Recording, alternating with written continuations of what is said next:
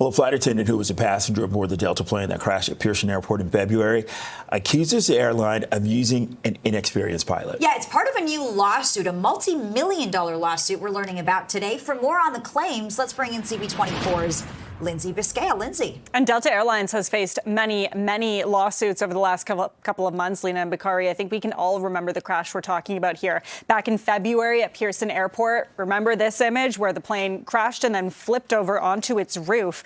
So now Vanessa Miles, who works as a flight attendant for Delta Airlines, is seeking $75 million in damages. That's according to a complaint filed in a U.S. federal court. In the complaint, Miles says she wasn't actually working that day. She was deadheading, which is a term used when crew fly as passengers to prepare for a future work assignment. The lawsuit claims the plane experienced a dramatic drop right when it was coming in for landing and struck the ground with excessive force before coming to rest upside down. Miles says she was unconscious in her seat, hanging upside down because she, of course, had her seatbelt on.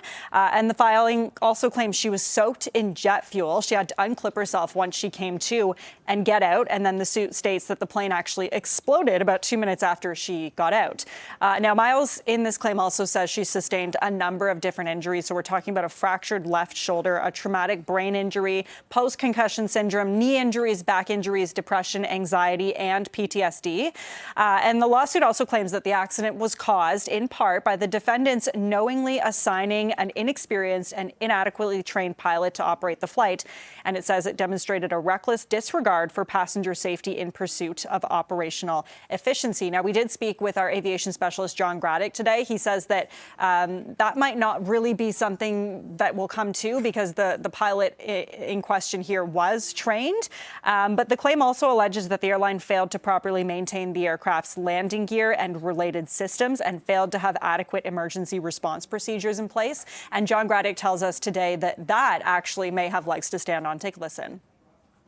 I think the initial findings of the TSB indicated a high rate of descent, and it was still coming down 3 seconds before touchdown. So it really was, coming in pretty fast and pretty hard.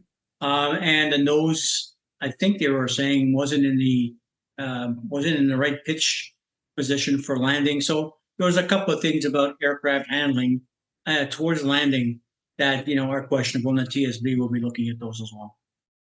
So definitely a lot of serious allegations here in that crash back in February. Important to note, though, Lena and Bakari, none of these allegations have been proven in court yet. And we have reached out to Delta Airlines for comment on this particular lawsuit, and we haven't heard back yet.